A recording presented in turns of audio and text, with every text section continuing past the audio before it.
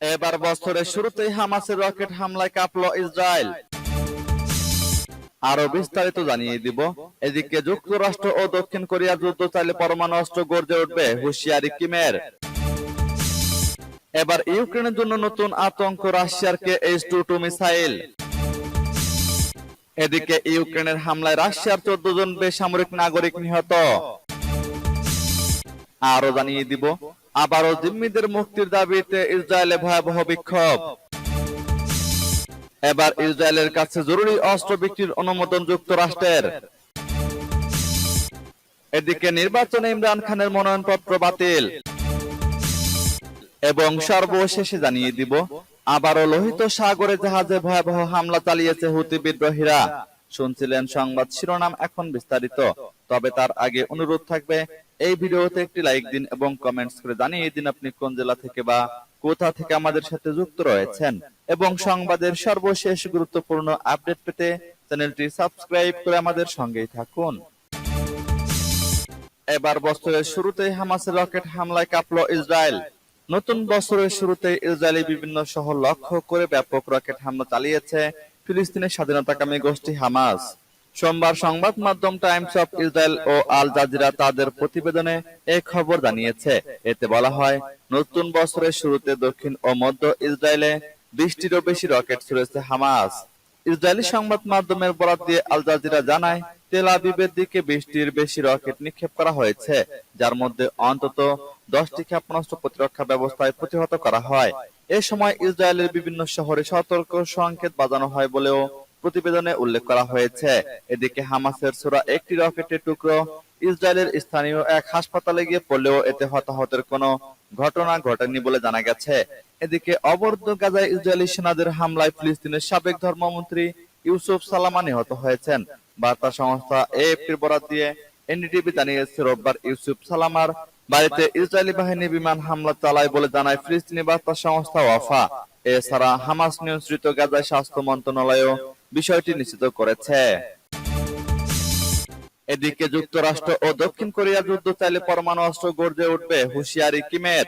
দক্ষিণ কোরিয়ার সঙ্গে যে কোনো ধরনের পুনঃ-একত্রীকরণ বা আপোষের সম্ভাবনা নাকচ করে দিয়েছেন উত্তর কোরিয়ার নেতা কিম জং উন।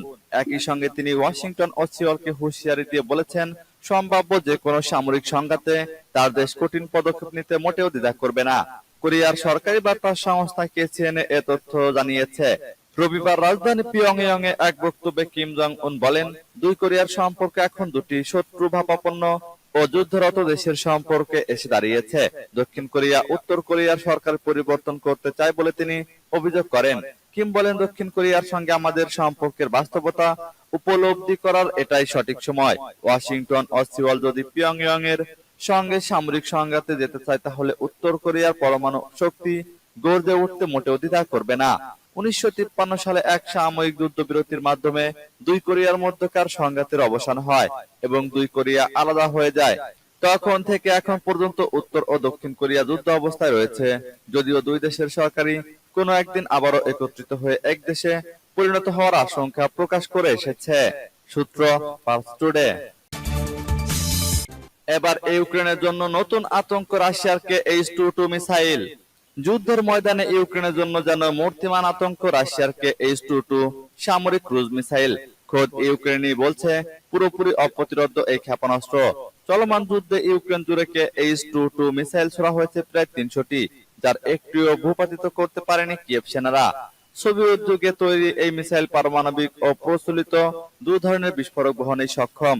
বছর শেষ হওয়ার মাত্র দুদিন আগে ইউক্রেন জুড়ে ধ্বংসযজ্ঞ চালিয়েছে রাশিয়া।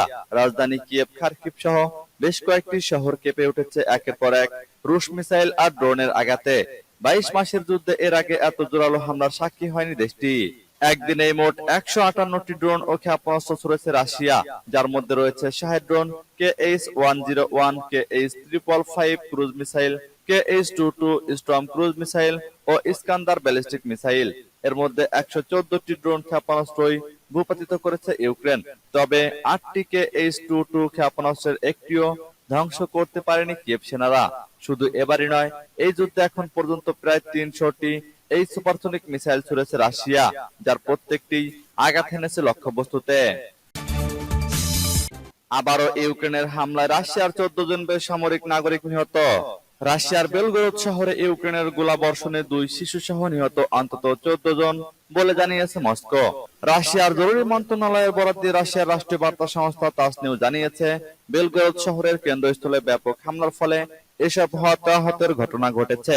রুশ প্রতিরক্ষা মন্ত্রণালয় এক বিবৃতিতে বলেছে, এই অপরাধ শাস্তি এড়াতে পারবে না।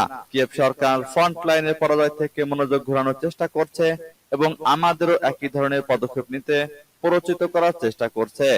জাতিসংঘে নিযুক্ত রাশিয়ার প্রথম উপস্থায়ী প্রতিনিধি দিমিত্রি পোলিয়ানস্কি শনিবার বলেন, হামলার পর রাশিয়া জাতিসংঘ নিরাপত্তা পরিষদের জরুরি বৈঠকের অনুরোধ জানিয়েছেন।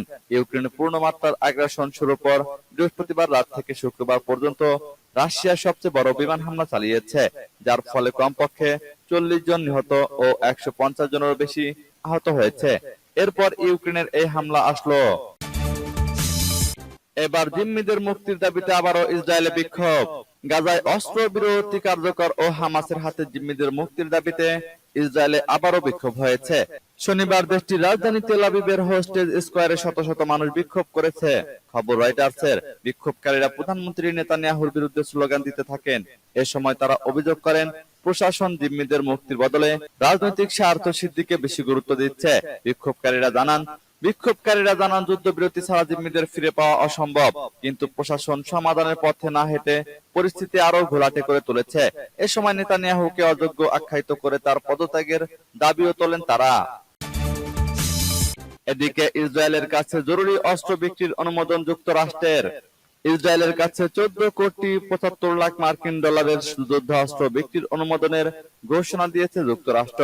কংগ্রেসের পর্যালোচনা ছাড়াই জরুরি পরিস্থিতি দেখিয়ে শুক্রবার এ অনুমোদন দেওয়া হয়। খবর এএফপির। ইসরায়েলের অনুরোধে যুক্তরাষ্ট্র এমন পদক্ষেপ নিয়েছে বলে এক বিবৃতিতে জানিয়েছে দেশটির প্রতিরক্ষা নিরাপত্তা সহযোগিতা সংস্থা। এতে বলা হয়েছে, মার্কিন পররাষ্ট্রমন্ত্রী জরুরি পরিস্থিতির কারণে ইসরায়েল সরকারের কাছে অবিলম্বে অস্ত্র বিক্রির প্রয়োজনীয়তার বিষয় নিশ্চিত হওয়ায় কংগ্রেসের পর্যালোচনা উপেক্ষা করা হয়েছে। বিবৃতিতে আরো বলা হয়, মার্কিন সেনাবাহিনীর মজুদ থেকে অস্ত্রগুলো সরবরাহ করা হবে। ইসরায়েল এসব অস্ত্র ব্যবহার করে আঞ্চলিক হুমকি মোকাবেলা সহ নিজস্ব প্রতিরক্ষা সক্ষমতা জোরদার করবে। এর আগে চলতি মাসের শুরুতে জরুরি ভিত্তিতে বিশেষ অধিকার প্রয়োগ করে ইসরায়েলের কাছে 14,000 ট্যাঙ্কের গোলা সরবরাহ করেছে যুক্তরাষ্ট্র। গত 7 অক্টোবর ইসরায়েলে আকস্মিক হামলা চালায় হামাস। এরপরে গাজায় নির্বিচারে বোমা বর্ষণ ও হামলা শুরু করে ইসরায়েল। শুক্রবার গাজার স্বাস্থ্য মন্ত্রণালয়ের পক্ষ থেকে বলা হয়েছে, ইসরায়েলি হামলায় গাজায় এখন পর্যন্ত নিহতের সংখ্যা বেড়ে 21,507 জনে দাঁড়িয়েছে। আর বলা হয়েছে, গত 24 ঘন্টায় নিহত হয়েছে 187 জন। এছাড়া ইসরায়েলি হামলায় গাজায় আহতের সংখ্যা 55,000 ছাড়িয়েছে। এদিকে নির্বাচনে ইমরান খানের মনোনয়নপত্র বাতিল। পাকিস্তানের জাতীয় নির্বাচনে সাবেক প্রধানমন্ত্রী ইমরান খানের মনোনয়নপত্র বাতিল করা হয়েছে।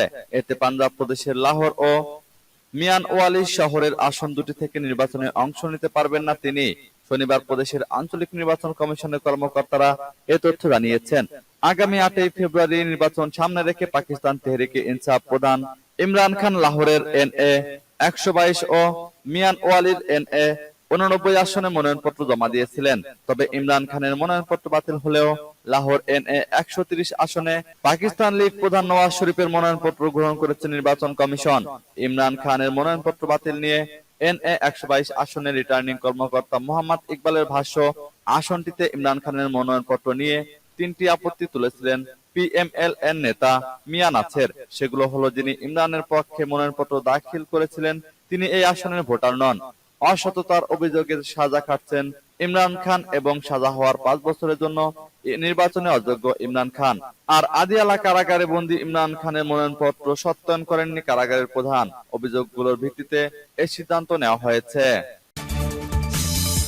আবারও লোহিত সাগরে জাহাজে ভয়াবহ হামলা চালিয়েছে হুতি বিদ্রোহীরা। লোহিত সাগরে আবারও জাহাজে হামলার ঘটনা ঘটেছে। প্রতিক্রিয়ায় ইরান সমর্থিত হুতিদের পরিচালিত 3টি জাহাজ ডুবি দিয়েছে মার্কিন নৌবাহিনীর হেলিকপ্টারগুলো। সেনাবাহিনী রোববার এ তথ্য জানিয়েছে। ইউএস সেন্ট্রাল কমান্ডো এক বিবৃতিতে বলেছে, হুতিরা মার্কিন হেলিকপ্টারগুলোতে গুলি চালানোর পরে তারা আত্মরক্ষার জন্য পাল্টা গুলি চালায়। এতে জাহাজের 20 মিটারের মধ্যে আসা হুতিদের 4টি ছোট নৌকার মধ্যে 3টি ডুবে যায় এবং ক্রুরা নিহত হয়। 4 নম্বর নৌকাটি এলাকা ছেড়ে পালিয়ে গেছে। সেন্টকম বলেছে, নৌবাহিনী মারস্কো হ্যাংজো জাহাজের সহায়তার অনুরোধে সাড়া দিয়েছে। এটি সিঙ্গাপুরের পতাকাবাহী ডেনমার্কের মালিকানাধীন কন্টেইনার জাহাজ লোহিত সাগরে ট্রানজিট করার সময় 24 ঘন্টার মধ্যে দ্বিতীয়বার আক্রমণের শিকার হয়েছে এটি। জাহাজটিকে এর আগে দুটি অ্যান্টিশিপ ব্যালিস্টিক ক্ষেপণাস্ত্র দিয়ে লক্ষ্যবস্তু করা হয়েছিল, যা মার্কিন সেনাবাহিনী গুলি করে ধ্বংস করে। দুটি হুতি নিয়ন্ত্রিত ইয়েমেন থেকে ছোড়া হয়েছে। এর মধ্যে একটি ক্ষেপণাস্ত্র মারেস্কো হ্যাংজোতে আঘাত হানে। হুতিরা লোহিত সাগরে গুরুত্বপূর্ণ শিপিং লেনের জাহাজগুলোতে বারবার হামলা চালিয়েছে। গাজায় ফিলিস্তিনের সমর্থনে তারা এই হামলাগুলো চালাচ্ছে বলে দাবি করেছে। ইসরায়েল যতক্ষণ না তাদের অভিযান বন্ধ না করবে, ততক্ষণ লোহিত সাগরে তারা হামলা অব্যাহত রাখবে।